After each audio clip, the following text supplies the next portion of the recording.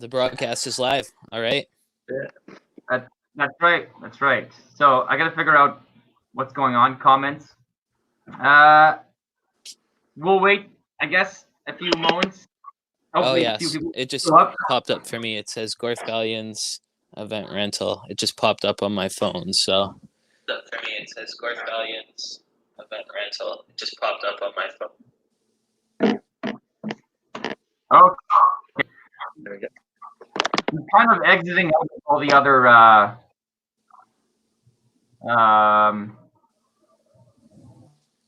all of my other windows so that we can actually see this. Okay, and it doesn't like.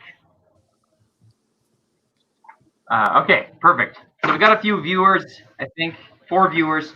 So they're starting to come. Hopefully.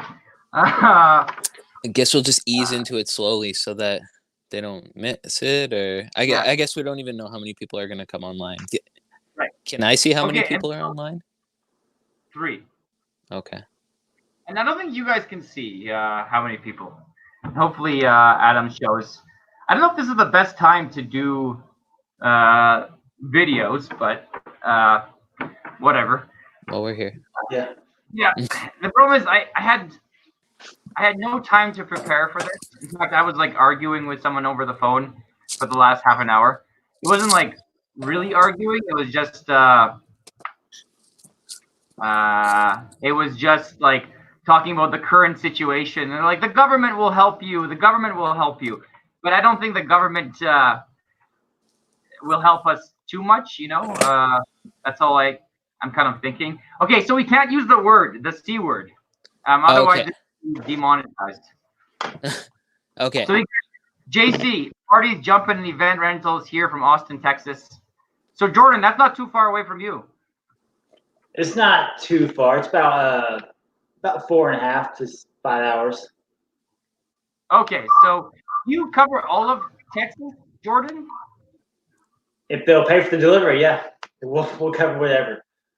We've gone up to our farthest trip so far is up to Kansas, which is about 6 hours. Okay, got it. Okay, wow, that's a lot actually. And for those who don't know Jordan, he runs a big tent rental business in Texas. Right. No, sweet, awesome. And Lee, tell the viewers about yourself. Okay, so I call myself the bartending, photo boothing, rental guy because I don't really know what I am. I pretty much dabble in everything. So I'm a bartender who started a photo booth business, bartending business, and recently started event rentals. Hence why I found these gentlemen here. And Lee, are you trending towards more towards the event rentals, or are you going to kind of stick with bartending? What's your plan for the next 2 years? Well, I'm gonna go wherever the money takes me. They're all so different, and there's kind of different timing on them. So I have fun doing all of them. So sometimes during the summer, normally event rentals are quite busy, and bartending for me is more like a Christmas time thing. So right now the balance is good, but time will see. Time will tell. Right. You kind of incorporate some of your rentals into your bartending business, though, right? I mean, you kind of rent out the bar and the drinks and stuff like that. Yeah, well, that's the whole reason why why I actually thought about starting a little rental company is because my garage was starting to fill up with rentals from my bartending business, glassware and portable bars and cocktail tables and stuff like that. It was just kind of a no-brainer. And then when I actually watched your channel is when I got inspired to copy you exactly. And yeah. Right. Okay, so Michael asks, do you make more money renting out equipment or bartending? See, that one's really tough because I am a flair bartender, so bottle flipping, fire tricks, and all that stuff. But with regular bartending, no, there's not very much money in regular bartending. So everyone wants to pay peanuts, and when you end up hiring staff, it's a nightmare, really. Like unless you can get into the entertainment side, bottle flipping and so forth. So but add-ons are the only thing that'll make it. So Right. So everybody who's just joining us here, Lee, far right there, that way. Oh wait, no, that way. I know it's backwards, hey. He does event rentals, but he also does bartending. I think he's, like you mentioned, he's kind of moving towards wherever the money's at, and it sounds like the money's kind of at the event rentals.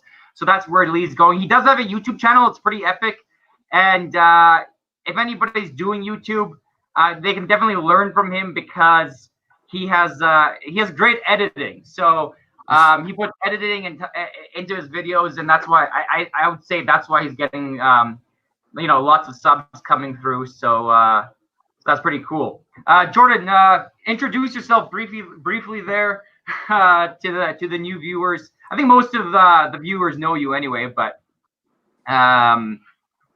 you can still say a few words. Yeah, all right. Well, I'm in Texas, and we have a vent rental business. We I would say about middle class, not huge. But yeah, we bought the first business, and now we bought one of the competitions. So down here.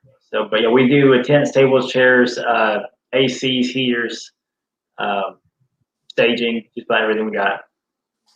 Right, and I think unlike Lee, Adam, and I think you have multiple owners of the business, right? This might be kind of like a blunt question, but like, what do you mind? And it might be private or whatever, but I figured I would kind of throw out a controversial question. But how much of the business do you own? Is that something you want to share? Yeah, no, I don't mind. So yeah, I my part is actually 16%. So what happened was the company sold to the guy who started it up. He owned it for, I think it was 10 years. He ended up selling it to two partners. Well, to two guys. One the fireman. Actually, both those were firemen. So at that point, it was 50% each. After a year of that, one of the firemen decided to move on. So he sold it to myself, my brother, and then my dad. And so we all were going to be part of that other 50%. But so anyway, I own 60%, my brother owns 16%, and my dad actually owns 18% because you can't have a 0.5% in a company. So ended up giving him the other 2%. Right. So it is pretty neat though. At least it's all in the family, right? So Can't hear you there, Les. oh, can you hear me now? Okay. Oh no. I did, yeah.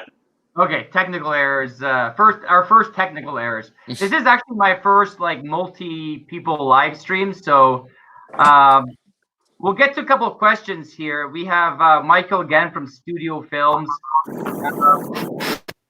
Now again, no using the C word if that's possible. If you forget, no big deal. But again, this video will be demonetized if we use the C word. So obviously the commentator can use the C word, but we can't. How's your business being affected in this current environment? I guess that's on everybody's mind. Lee, we'll start with you. What's going down with you? And I know you're up in Canada. Events down south was asking where you're from, but Lee and myself are from Canada. But yeah, how's the current environment situation affecting you? Everyone is being cautious, so I'm getting caution emails. Today I think I got 3 or 4 emails of brides wanting to they all have a different plan, like their plan B, right? So like for instance, one person today was wanting to keep their August date, but also try and have a tentative booking on an October date, and then basically giving them first dibs on the date. And so if anyone else comes in and tries to reserve that, I'll give them a call first. So there's people making plans all over the place. Not much is going on. I'm trying to make a lot of YouTube videos, so I don't know. it's and I'm working on advertising and updating my website. So not much is going on. Right. It's on my side there. It's also slow. But we'll go to Jordan there before I talk about my own stuff there. How's the current situation affecting you? As of right now, we have no jobs for about 2.5 weeks. As of right now, we just finished up our last medical testing tent yesterday, which is today. We did some repairs on it just because of wind damage and stuff in town. Right. And it's a little hard to hear you, so I don't know if you can like yell or something. Yeah. So. Oh, that's better. Oh, Jordan, you're gone now completely.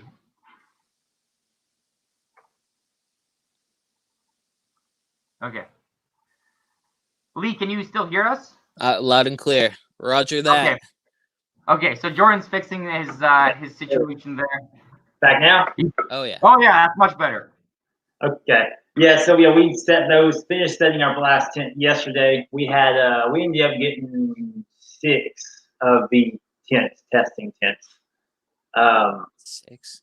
Most of those have AC units on them, and a lot of extra walls, divider walls, and a full lighting setup for most of them. Actually, most of my ACs and heaters, because our air is changing so much down here right now. But yeah, so we finished setting up those yesterday, and so now we have no jobs up to 2 weeks now, 2.5 weeks about. I'm expecting some of those to cancel. So yeah, right now we're washing tents with our tent washer. We're working till about noon a day, every day, then going home. Which is awesome. That tent washer. If anyone can look at Jordan's channel, Tents and Events on YouTube, he's got like a really cool video about how tents get washed. I just wanted to give you a plug there, Jordan, because that's a good video. Yeah, it is. And we actually have our first client, a customer, I guess, wanting to send us our tents to get washing for them. Awesome.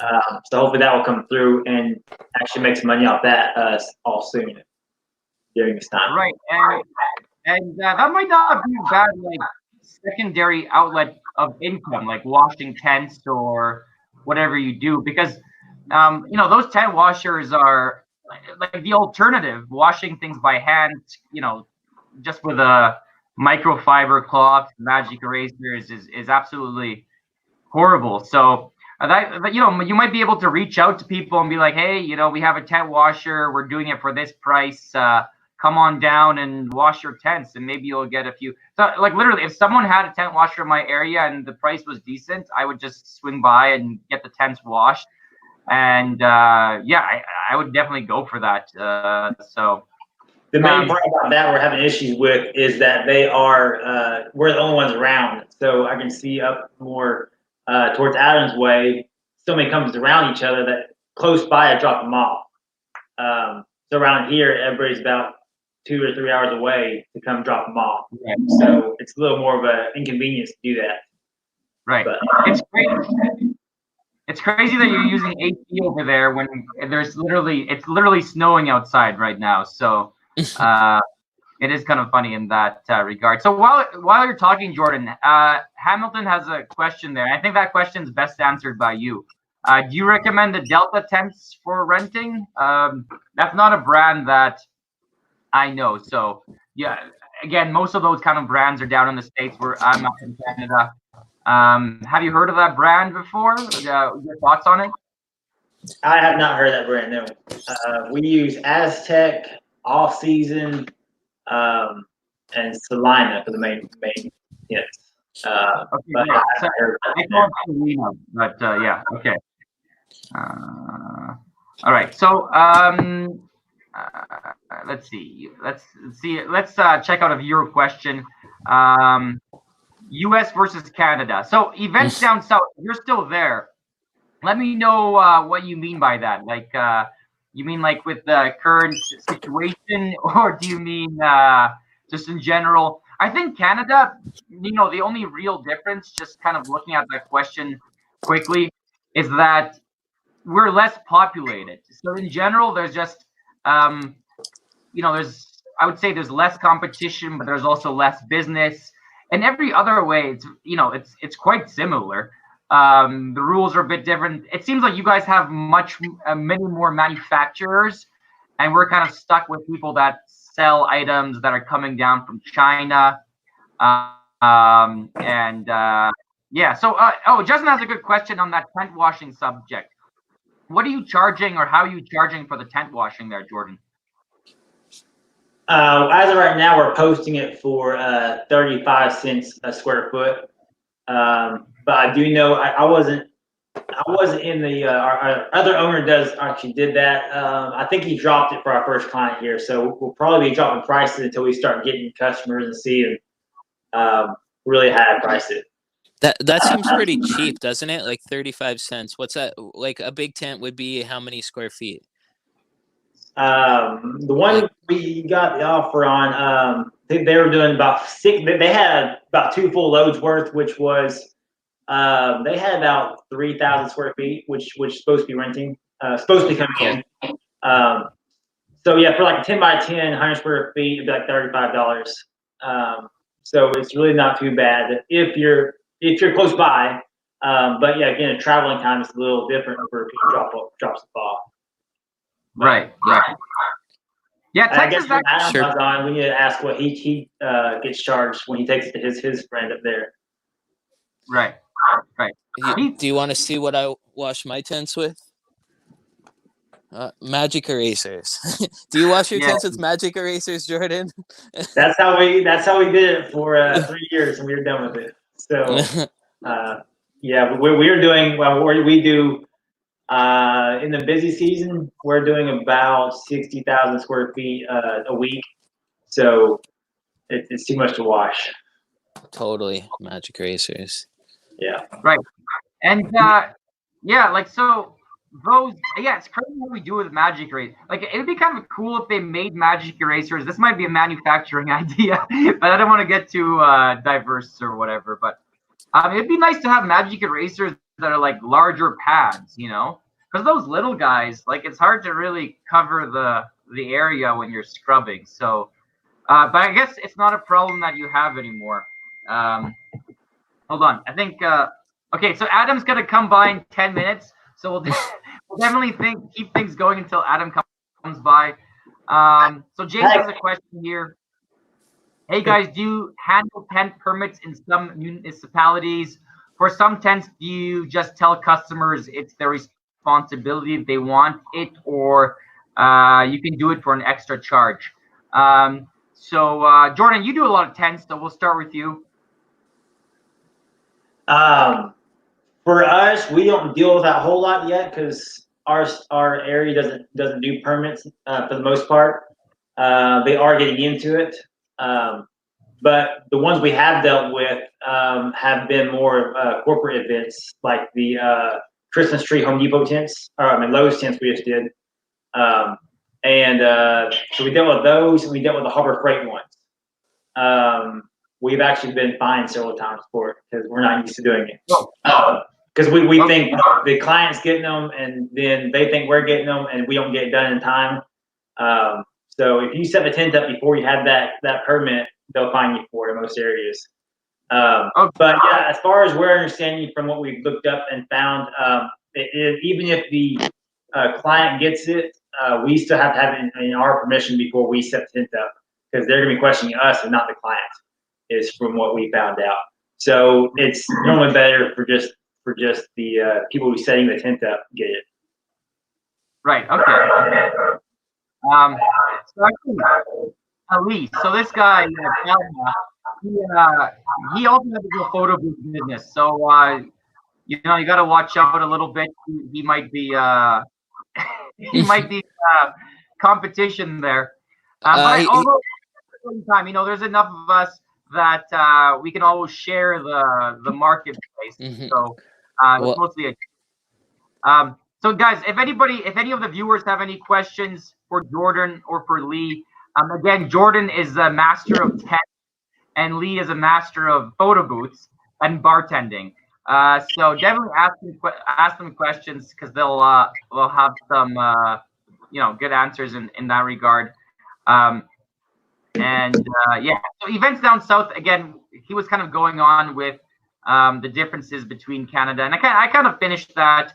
Again, I think there's just less people in Canada, and that kind of causes there to be less manufacturing. That's kind of the difference. I mean, and otherwise, we're pretty similar, Canada versus state. What do you think about that question? Like, are we? Let's go back to the original question. What do you think, Lee? What do you think the differences are? Well, I think it's harder for us to get tents for one, but I think that we can charge more for tents down here too. So once we have them, I think that it might even be more profitable. I mean, we're all in different scales, like so we can't even really compare profits because I'm just like a little guy in his garage. You're a guy, a step above in a bay, and then Jordan's like a big company. Adam comes in, he'll like fit right in between, Adam and Jordan. I don't know. Right. Oh, and that's actually true. Adam was telling me that the tents down in the States, even after you convert the currency, you guys like rent them out for much less. It's pretty much like for this is an example for 20 by 20. Like I'm doing it for $3.95, not including weight, not including walls, and that's in Canadian. So let's round it to 400 to make it easy. But Adam said that he's renting it for way less. And actually, my competition, like in the area, is pretty much doing 500 for 20 by 20, and then maybe like towards like 800, 900, 1,000 for the 20 by 40s. So I think you guys rent them for quite a bit less. Like at least Adam does, because Adam and I literally compared this apples to apples directly. I think over the phone even. What are your prices there, Jordan? We're lower. We are about $250 for a 20 by 20, and a 10 by 10 about $135. 20 by 40 is about $800. And I think we're a little bit higher than Adam still. And part of the reason is because no one's around us for competition, so we were able to raise that price a little bit. Right. Plus, we're busy, so we've got to raise it to try to slow it down a little bit, to a sense. Right. And let's get there's some questions here. Lee, there's a question for you. I don't know if you want to read it out there. Yeah. So, do you need a liquor license for a bartending company in my area? And have you heard in other areas? Do you go into venues or just backyards? Okay. So, in my area, it's actually illegal to provide alcohol. So, you have to be like a restaurant basically to do that. In the States, I believe it's a little bit different. You can get a liquor license. Correct me if I'm wrong, anyone in the States who's watching this, or will watch it and comment. Just one sec. So, you don't have a liquor license there? Like you kind of because you're serving alcohol, right? Yeah, well, no, it's you need a license to serve alcohol, right? But everyone who works in a restaurant has to have one. It's weird that people who serve in weddings don't have to have them, but that's a whole nother can of beans that can be opened up somewhere else. Right. Okay. So this was actually a good question from Talha. Lee, how do you make sure your equipment doesn't get stolen? And that's actually kind of a question on my mind also. So I am curious to see what you kind of think about that. Okay, so I've got different processes for my rentals because I separate everything into different companies so that it gets maximum exposure. So for my rental company, I just take credit cards and then I take pictures of people's IDs and make them sign contracts. When I'm giving out the photo booths, it's a little bit different because I don't know, I'm a little more scared to give out the photo booths. So get them to e-transfer me $350 of their money, and then as soon as they return it back to me, I return them their money. And people don't seem to have a problem. I mean, I can still get 5 booths out every weekend with them doing that. So and then I take a picture of their ID. And so what I do is especially if it's something expensive, we take a deposit. And we also try to keep their credit card. So basically, that's kind of like a financial way to assure that these photo booths are taken care of. course, you can't always, prevent theft, etc. But it hasn't like you guys haven't had really problems. Like Jordan, have you have any issues with tents being like stolen? Because I've heard that it does happen occasionally. Like they're not photo booths. Like the thing with photo booths are just smaller, right? But I heard tents get stolen as well.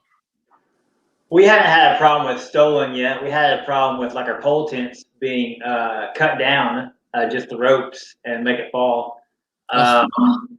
And then and that's right after we set it up, and they come by and cut us. We gotta go back and fix it. But anyway, then we had with our ACs, we do chain those up to the tent, which isn't, they can lift the leg, or there's a way to get it out and undone.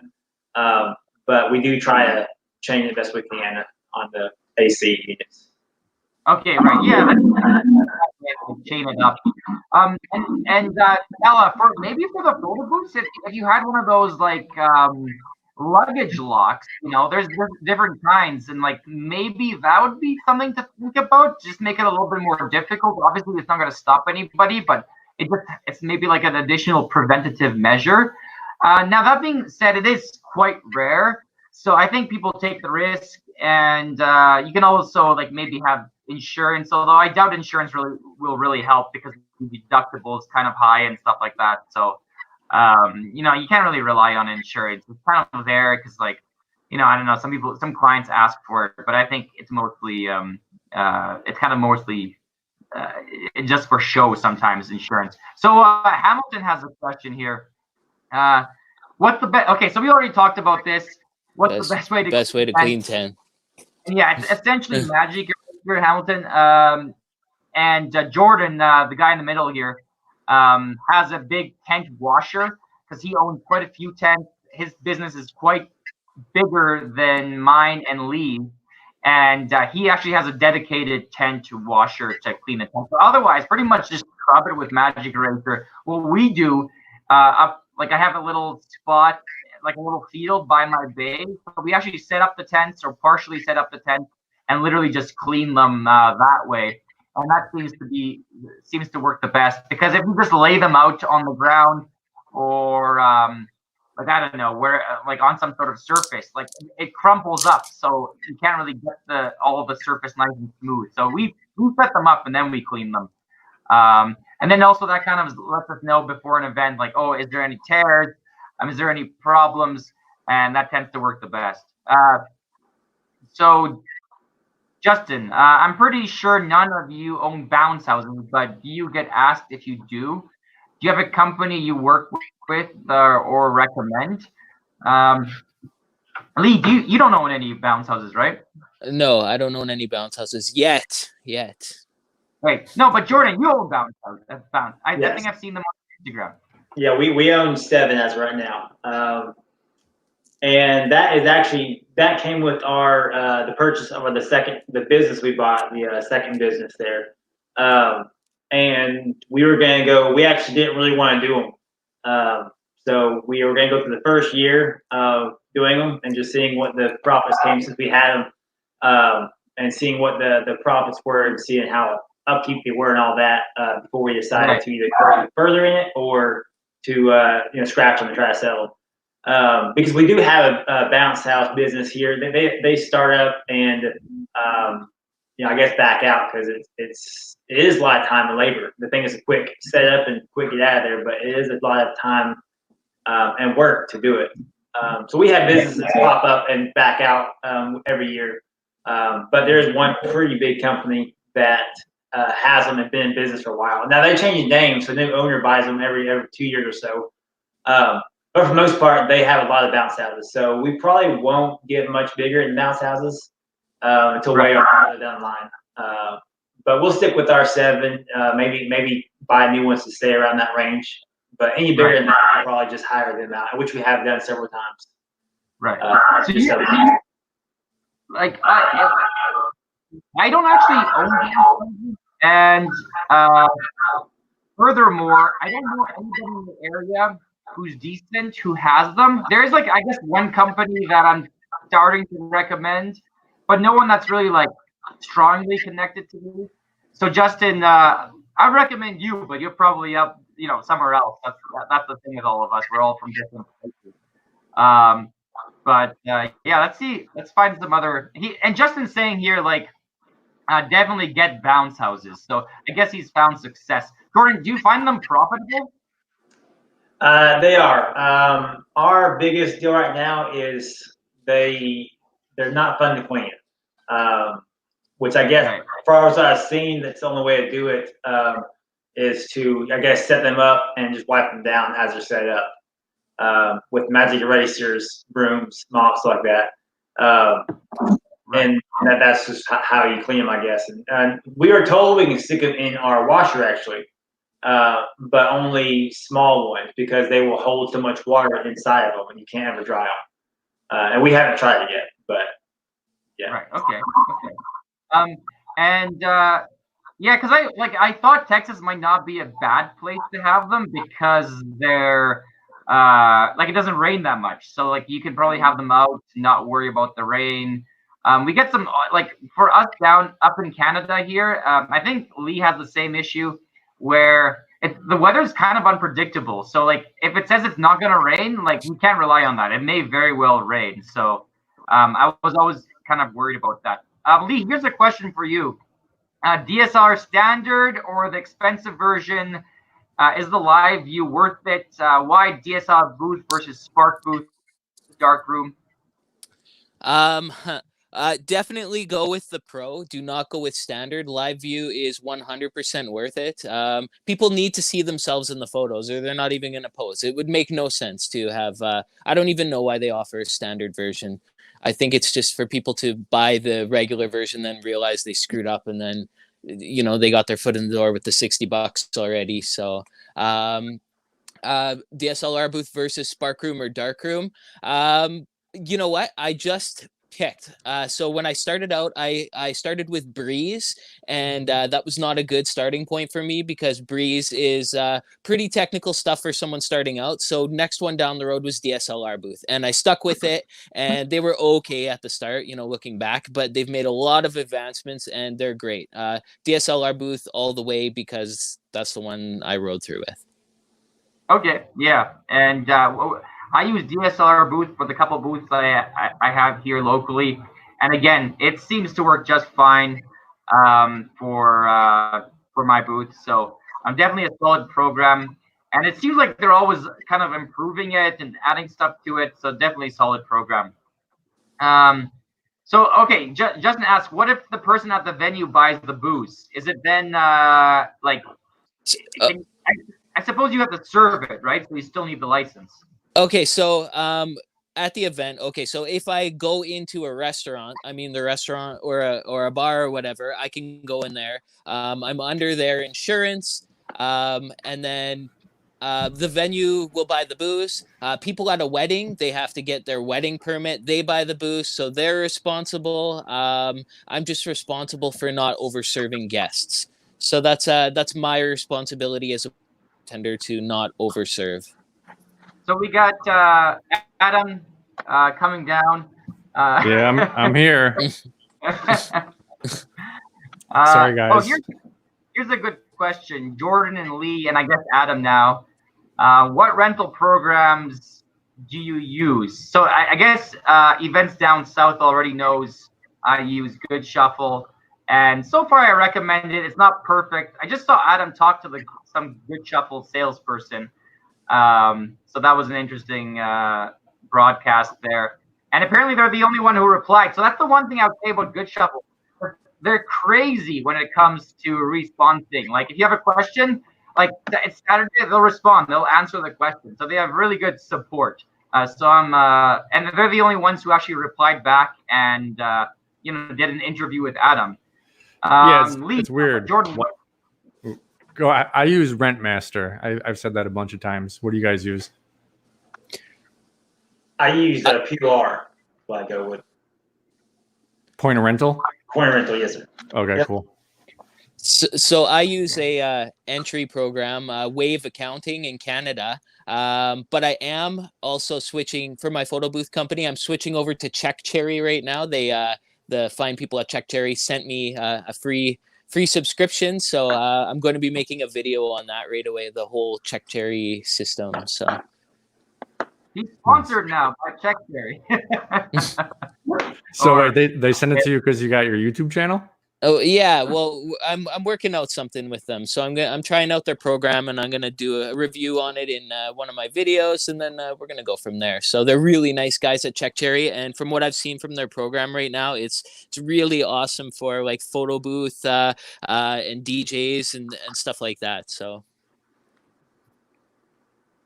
Cool. yeah. Les, your So- mouth is moving, but we can't hear you. Who's this? Me? Yeah, okay. Your mouth is moving, but we couldn't hear you for a second. Oh, you can hear me now. There's some weird sound issues. I mean, Jordan, unless I was just mumbling to myself, that could have been a possibility. I was just Okay. mumbling away. But yeah, Michael's asking, do you pay? And I guess this is a question for Lee. Do you pay for the license for each DSR software per booth? Yes. So per functioning booth. So you can have per one license, you can have 2 computers connected, but you can only have one of those 2 computers running at one time. So if you have 2 booths running at the same time, then you're going to need 2 licenses. But there's also a way around it. If you're not connected to Wi-Fi and you're just printing pictures, it seems that you can be running multiple booths as long as it's not hooked up to Wi-Fi. But they may have changed that. I don't know. I got a question for you. If you got a photo booth in the middle of a field somewhere, how do you do Wi-Fi? Hotspot off your phone. Okay, so you leave your phone there, or well, it depends, right? Whoever, like, if I'm renting the booth out, because I do them both ways, rental or in attendance. So if someone's renting the booth, it's up to them to have the Wi-Fi signal. So they'll have their phone with them, so they'll hook their phone up.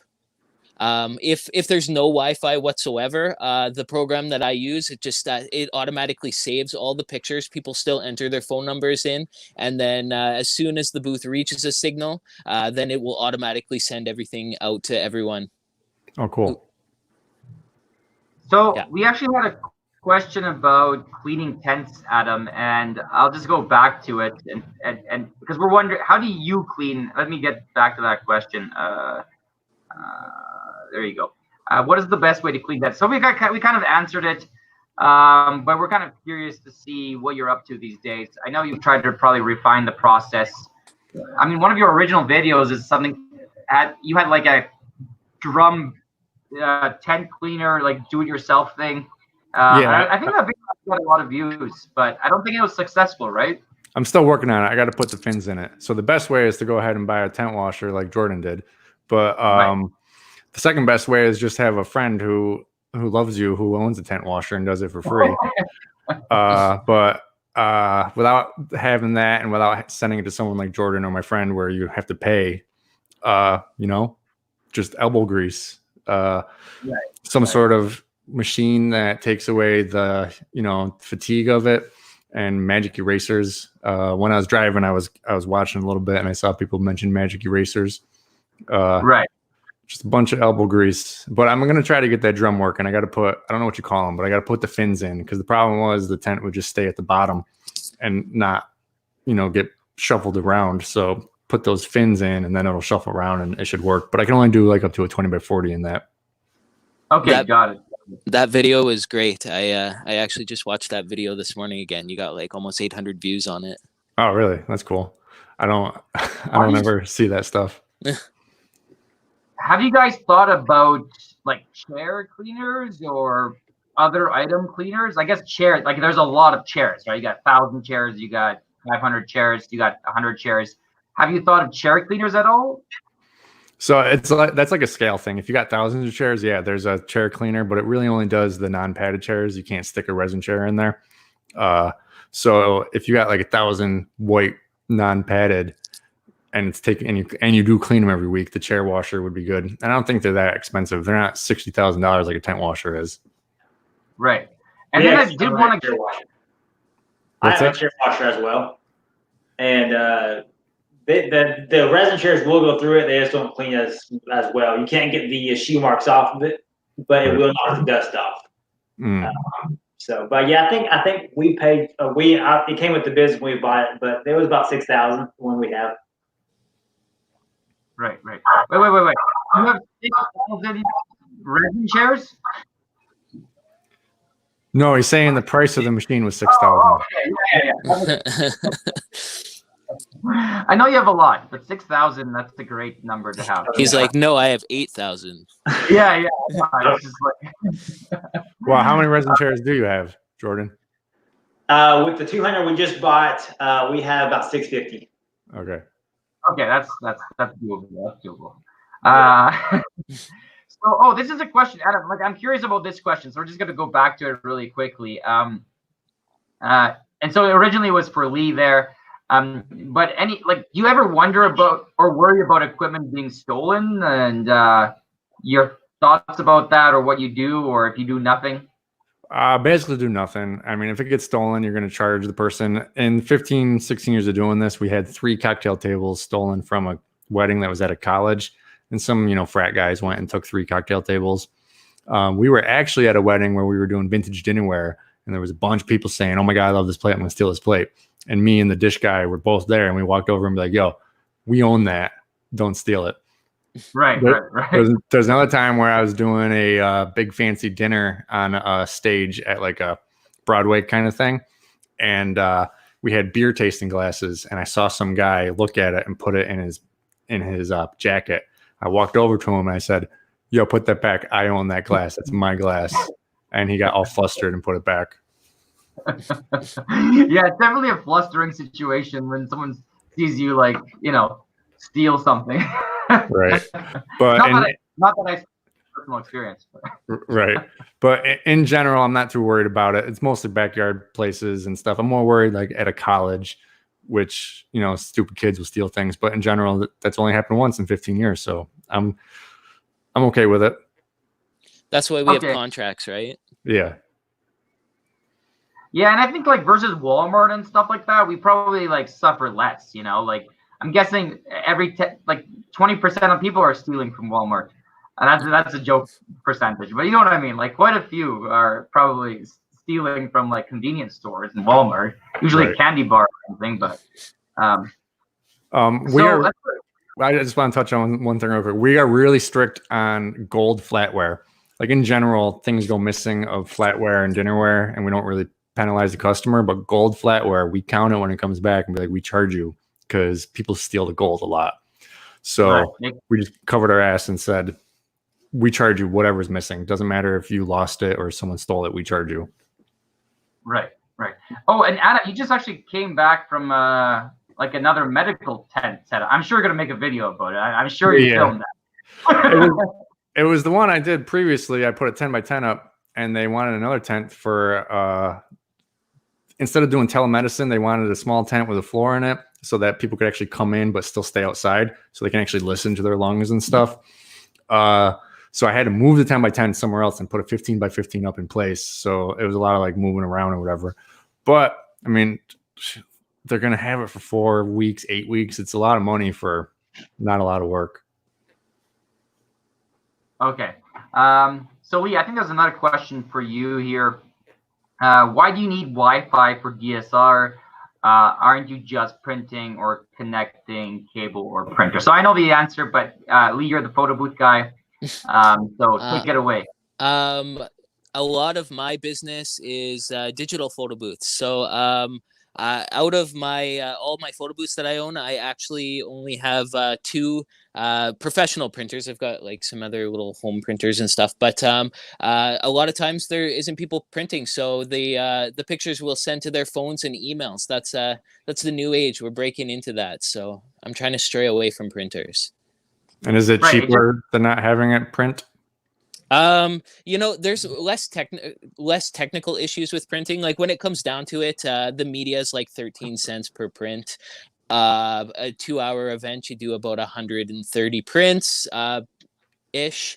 So, I mean, you do the math there. It's not too much. I mean, it works out to be anywhere from 10 to 30, 40 bucks an event.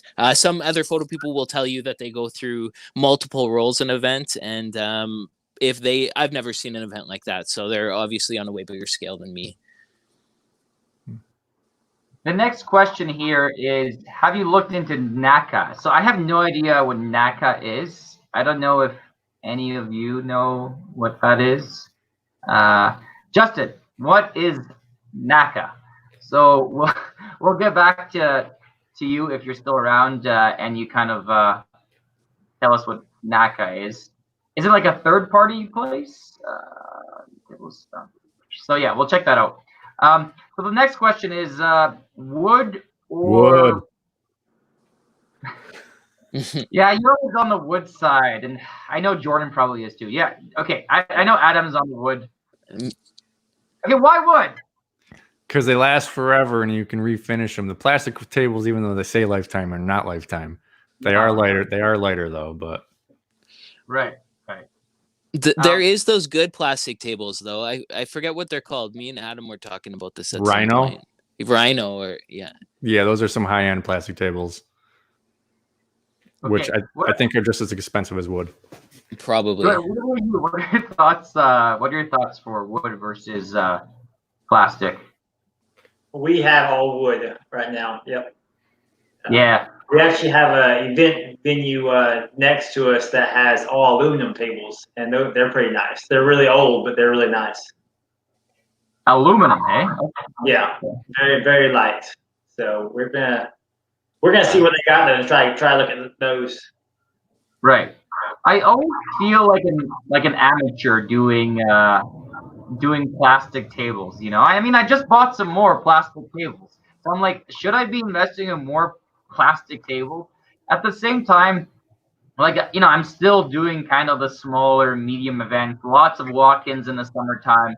So it's kind of worked out, and there's very few people that wanted plywood instead of plastic. So that's why I'm still sticking to plastic. But it sounds like as you scale, like wood's just the way to go. So that's probably what I'm gonna do. Jordan, there's a question there for you there. You're doing draping now, and yeah, how's pricing going? What kind of draping? We've always done draping. We're trying to get into it more because there is money in it. But it just takes a while learning all the different ties you got to do and how many times you have to tie it up on the wall or the ceiling. I mean, there has to be something there to tie it up. Like somebody wanted to hang it in the garage before with a flat garage. So, and we did it. We had drill holes and wires and stuff. But anyway, it's just a different process that we're trying to get into. We've always done it, but not at a big scale. Right. Okay. Got it. And pricing, we go kind of by hour. We just kind of try to get the other jobs done first, and then try to price that out per hour. I was always worried about getting that draping like dirty, you know, like transporting it into the area, and like, especially you have a bunch of employees that just don't care. And I know Jordan, you're suffering from some of those issues. You know, like I was always worried about draping just getting muddy or dirty or going on the floor, especially like those larger drapes. Like, you know, it ends up kind of dragging on the floor partially, no? Yes, yeah, for us it does. We haven't had too many complaints about it being dirty yet, and we see it dirty, but I guess we hang on most of our jobs. We get to hang it pretty high, so no one really sees the dirtiness to it. Right. But yeah, as far as hanging them, yeah, it's got to be myself or my brother that does the hanging for them, because no one else cares and no one else will. So, right. Yeah, we can't find anybody. Right. So I'll go to Gene's question here, Gene Claire, because it kind of ties in with Talha's question, and then I'll go to back to Michael's question. But for the chairs, what do you guys think about wood, resin, or metal Chiavari chairs? And I suppose you could say that about different types of chairs. But yeah, Chiavari chairs would make the most sense for that question specifically. Well, I think if you're going to get anything that is traditionally wood colored, like mahogany, fruit wood, walnut, natural, or whatever, you have to go wood, because the synthetic resin or metal just doesn't cut it. I was in the camp of resin for, gold Chivari or silver Chivari or white or something. But the other day I just got some aluminum ones in, and they seem just as good, and if not better, and a lot lighter. So I'm up in the air on resin or metal Chivari chairs. But you got to order a sample, because if you get metal Chivari chairs from China, they might be junk. Resin ones from China are usually decent, but metal is hit or miss. Right, and they're probably expensive. Like the quality metal ones, especially if they're aluminum, I would guess they're kind of expensive, maybe. Right? I don't know. I didn't get pricing. The dude just sent me free chairs. I see he was talking to Jordan. Yeah. Did you get pricing on those chairs yet? I have not got pricing yet. No. Okay. No. Lee's spinning all around down there. Right. What is phone? I don't know. I think you guys are on your computer, no? Yeah. Yeah. Sorry, guys. My phone's about to die. I'm just plugging in a charger to it. So Yeah. Oh, okay. So Lee, actually, we'll go back because Lee's busy. Or it's okay. I'm here. Yeah. Okay. Do you need a mandatory flash, or can I cheap out with a bulb, plug in an umbrella light on top of the booth? Depends what you're using. If you're using a DSLR camera, you need to have a monolight strobe. Yeah. So if you're using like an iPad, then you can use cheap out and use a light. So. Okay. So James's question is, any thoughts on buying used inventory versus purchasing, versus buying an established rental company? Thinking there could be buying opportunities this winter/year. And that's totally true. I mean, there's going to be at least a handful of companies that, my neighbor is actually saying that he's retiring. Like, why is he going to just lose out on a year when he's 62? He's saying he's retiring, and he's like, well, this is a good time. Like, it's going to take a couple of years to bounce back for me. And he doesn't do event rentals. He makes signs. But so one way or another, there's going to be at least a handful of people that are retiring. So any thoughts? I know. And guys, Jordan over here, Jordan over here did buy a tent. His family and his club bought a tent company. So he's actually a good person to ask in that regard as well. Yeah, so we bought 2 of them so far. The second one we bought, he was actually going to auction everything off, but he knew we wanted it, and we wanted his business. So we somewhat talked him out of that, and we did kind of pay too much for it as far as what he had, and he was an older guy, so he didn't. He had everything paid off, and so he didn't want to replace anything to update his inventory. So we got older inventory, and that's partly where those. If you see my videos, those yellow risen chairs came from. So yeah, older equipment that would still work, but not as nice as what we had. But yeah, so he didn't want. There was nobody around us to really auction his stuff off very well, and he knew he wanted it, so we just paid more. So yeah, I see mostly to buy auction it instead of buying rental, because not a lot of people just sell the whole thing. Right. Right. I think there's benefits to what Jordan did. He bought into a company, both of his companies that already had existing customers, existing emails, phone numbers. People will call you back. But then sometimes you pay too much. And sometimes if you're just getting into it and you got a lot of money, obviously you can't buy a company. So you can start small and build and have like brand new great equipment and not come into these issues where when you buy a company, like, oh, that tent was junk, these got to be replaced or whatever. But what Jordan did, he bought an existing company and hit the ground running. Right. So I would say it's definitely like your scale. So if you're smaller, you don't got the money, then just buying used equipment is fine. And you'll probably get a better deal, because when people are selling companies, they're trying to sell the brand as well.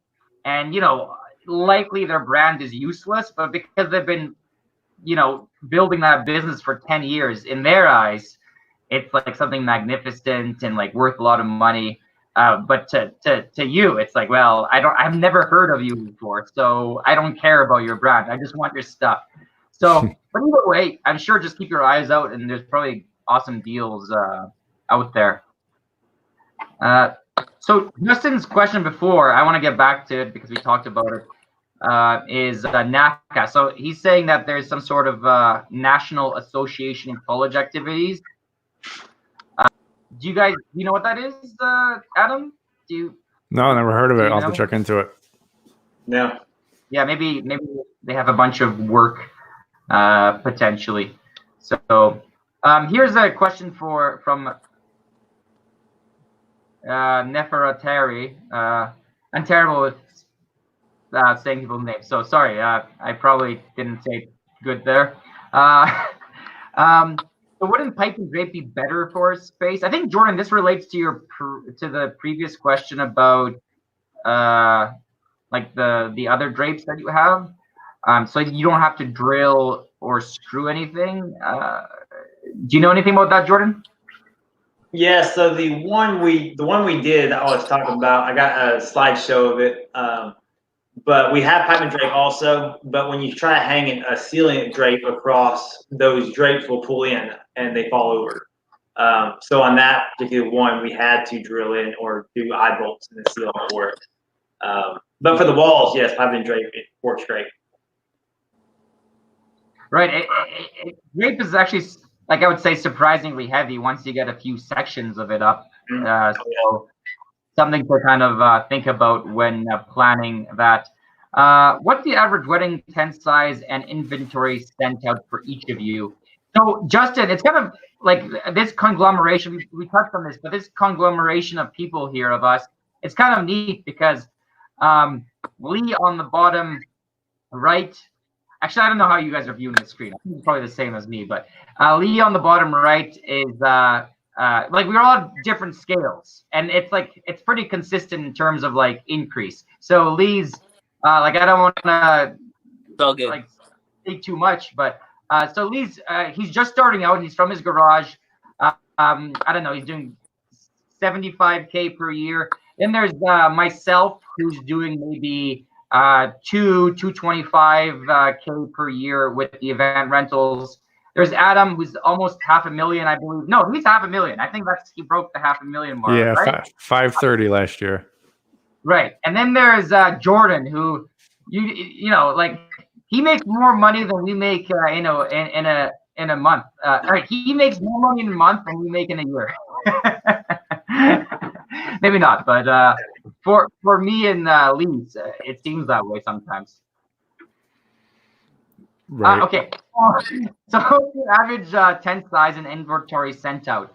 So for me, I would say it's like maybe a 20 by 40 or a 40 by 40, or like a 20 by 20. And I would say the average is between like $1,000 and maybe $4,000 for like kind of a summer, a bigger kind of tent rental. So Lee, and then I'll go to you. What's your kind of average size?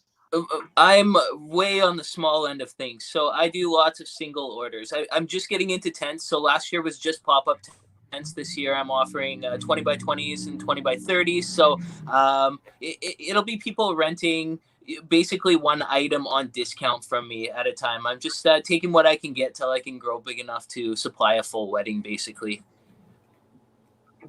What about you, Adam?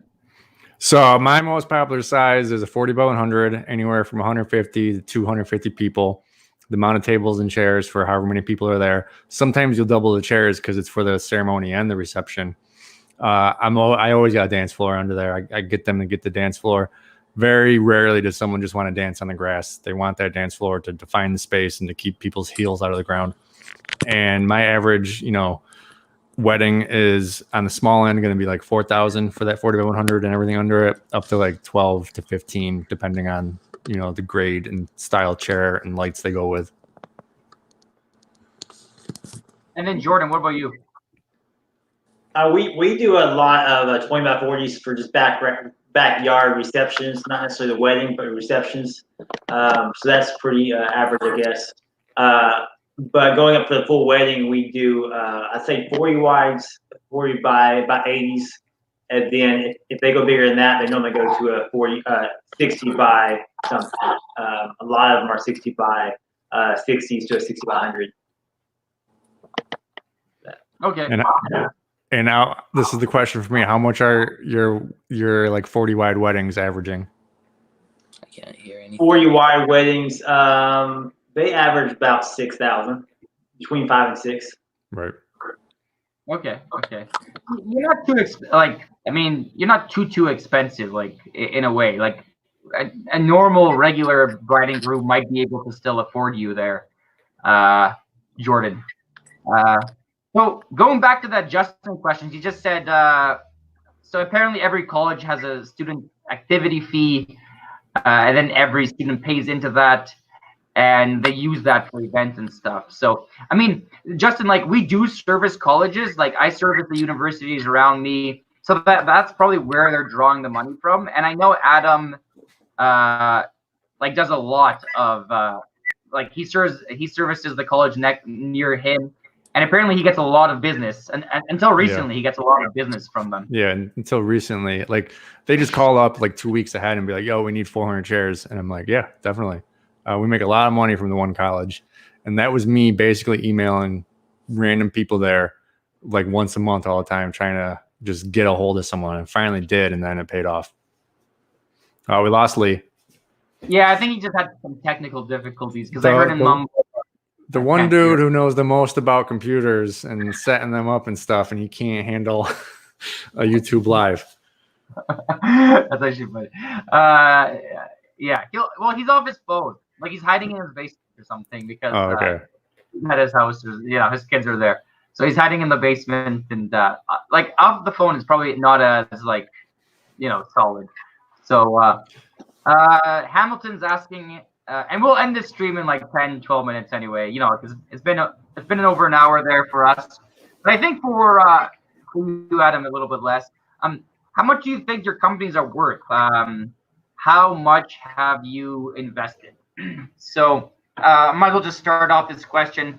I sold a couple small businesses before, and it seems like they're only worth a year or two of your gross profits plus your assets. So honestly, usually not as much as people think. Unless you're well branded, then you can maybe get a bit more.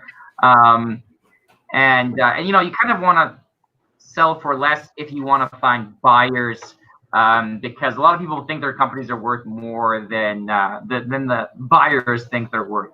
Right.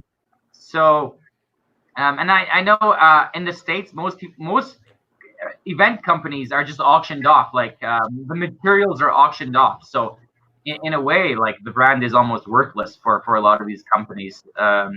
Interestingly enough. Yeah. Well, you didn't answer the question. How much do you think your company is worth, and how much have you invested?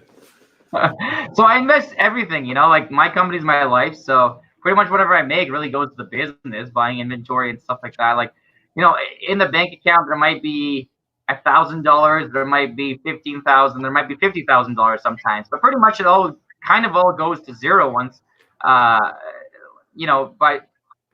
Before the summer comes, I try to buy inventory, so that all kind of goes back to the inventory.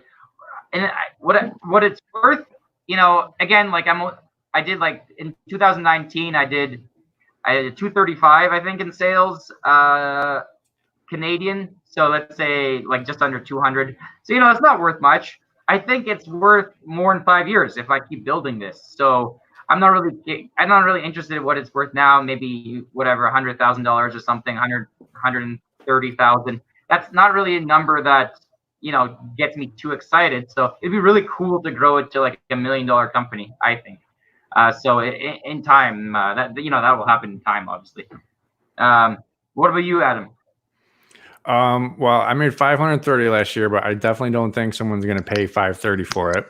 So I think someone might come in and pay 300 for it. How much have I invested? Probably 600,000-700,000. But that's way less than I've made. So, Right. Yeah, that's it. So Lee, we were asking how much do you think your company is worth? Oh, you see the question up there. I mean, you're just starting out, right? So maybe a couple nickels or something. Yeah, my company is worth probably not very much. Probably maximum $25,000 max. Right. And I was just saying that, like, it doesn't matter now, because in 5 years it'll be worth so much more that it's just like especially when you're starting out, it's not really that of an important number, because it'll be worth so much more in the future. What about you, Jordan? What do you think your business is worth there? It's probably, as far as how you I think you normally times your gross by 3, and then your inventory is how I heard it done. So it's worth more than anybody's gonna pay for it. But yeah, we did 850,000 last year. So I think as far as what we heard our tax guys say, it's probably worth about 3 million, as far as however he did it. But yeah, that's too much for anybody to pay. And we paid a lot less for the last 2 we bought going into it. So as far as investing, we invest just about everything we make back into it. All the profits. Right. Myself buying into the first business, my 16%, I guess you could say, I invested 6,000. Okay. Oh, cool. Yeah, that's really low, actually. Like, yeah, but and that's the thing. Like, if you're growing a business, you want to put back as much as you can so that the business, keeps getting better. How do you guys supplement income in the winter? So Talha is asking that. So I do some heaters. We rent some heaters and some insulated tarps. I do some snow removal, which I subcontract out. There's still a few events going on, like indoor stuff, corporate stuff. So we do a few of those. And generally, the biggest thing is we start advertising for the summertime, and we're getting deposits. Come January, February, March, we're getting deposits for those summertime weddings. So it ends up kind of balancing out, not badly. What about you, Lee? For me, since I've got the trifecta of businesses, they kind of complement each other. So the Christmas season is really busy for bartending. The summer season is really busy for rentals, and then the photo booths just kind of flow through the year. And yeah. Nice. Adam? I just save. Got a plan for the winter, because I'm in cold weather like Lee and Gorothbalion. But you just save. But I do get a lot of tables and chairs out every week still in the winter, and dishes still. But I don't do tents in the snow. I just decided not to do that, even though we get calls for them. Right. Jordan? We do. We stay fairly stable, I guess, with all of our businesses. We're still in Texas, but a lot of dishes, a lot of linens, and we're also hoping to start washing these tents for customers, clients in the winter. Right. And that's for the business, and then also for me, I do rent houses. Oh, and that's really interesting. And actually, maybe we'll do a live stream one day about like property rentals. I know, like, kind of all of us are going that direction, which is kind of neat. But I think you have a bunch of them, so that's kind of cool. And maybe sometime in the future we'll talk about that and see where that's going. So I think we only have time for like really one more question. So I'll try to just choose one randomly here. I'll just do this last question here from Michael. How long does it take to start making money in your company? So I guess we're going with kind of in a circle here. So Lee, Lee, how long did it start to take? How long did it start until you're making money in your company? Actually, before you go, I'm going to say, like, I'm always still reinvesting all my money. So it's like a weird question. I do pay myself like as little as possible in dividends or in salary, because I kind of want to keep growing the business, because that's where like I do save a little bit. And I guess you could say it's profitable, but when you reinvest like all your leftovers into the business, you kind of decrease the profitability. At the same time, that's good for taxes. If it doesn't seem too profitable, if you're buying lots of inventory and you're paying less taxes and you're growing your business at the same time. So that's kind of my answer, even though it's not a direct answer. What about you, Lee? I think you pretty much nailed it on the head, Les. I mean, to start making money, you start your business, and if you're doing it right, the money will start coming in. You reinvest those profits, and then the profit that you made is going to turn into double profit if you can, if you can either offer them more rentals, or you can throw more bartending teams out, or whatever it is that you do. If you send more out, the more money you're going to make. So it's about building. So. Yeah, it didn't take me long to start making money, but to build money into something that's real took me a while. Right. What about you, Adam? I'm going to take a different approach to answer a little differently. It literally took only 2 weeks from the day I made a paper ad to start making money. So if that's where you're going with your question, that was back 15 years ago. It was only paper and phone book. So that's how I marketed. Now you can make a Facebook page, and 2 weeks later, you can start making money. So you can start making money fast, and then it just depends what you do with that money. How long does it take to make good money? However many years you can get to scale. And I consider you start making money when you can quit your normal job and pay for your whole life and your business. And for me, that took about 5 years. What about you, Jordan?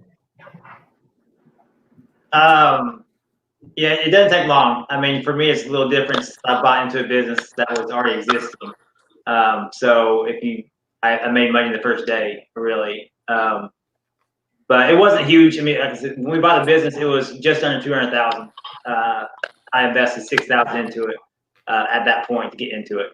But yeah, I started making money that first year. I think that first year we grew it to just about 300,000. So 100,000 first year is what we grew it to. So right. There's a lot of business out there. If I did just start my own, there was just that first year there was $100,000 worth of business that the previous company wasn't getting. So right. And whatever it says on paper with profit, I think Adam is good.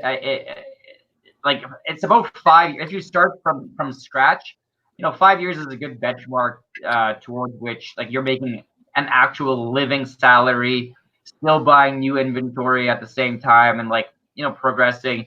That's a real date, and it sounds like a lot, but at the same time, you're still making money before. And that's exactly what Adam said. In 2 weeks, you're making money. You're renting out your stuff, but honestly, the profit, there's a lot of expenses. You want to have the right vehicles. You might want to have an employee. You might want to have some storage space or your own kind of bay or warehouse. So all that adds up. Then you want dollies and all this stuff. And we're always buying and stuff and trying to sort of grow that business. And maybe one day we'll do a live stream on just marketing or just growing your business or something like that. But yeah, thanks everybody for coming up. Kind of question we answered. Everybody check out. We all have YouTube channels, so it's kind of neat. Jordan has a YouTube channel, so click on his picture or something. I don't know. I'll put the links maybe afterwards in the description of the video. That way it'll be easy. But just what's your YouTube channel, Jordan? Century Events and Tents? It's just Tents and Events.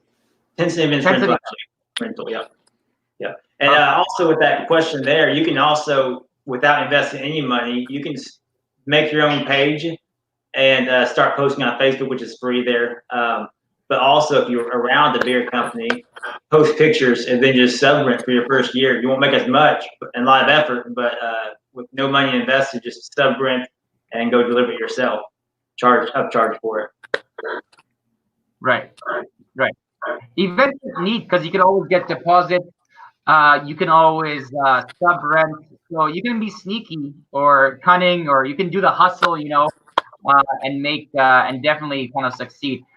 Before people start logging out, do a shout out to your YouTube channels there, Lee. And Adam is tent guy. That's the easiest to find. And then Lee, what's your YouTube channel? I am the bartending photo booth ing rental guy. The bartending photo boothing rental guy. Okay, perfect. And I think most of our viewers, anyways, know most of us. But if you don't, definitely subscribe to Jordan and Adam and Lee, and we'll definitely do this again. So take it easy. We'll see you later. And it was good. Thanks for everybody for coming. Thanks. Yeah, thank you. Sorry I was late. We'll see you.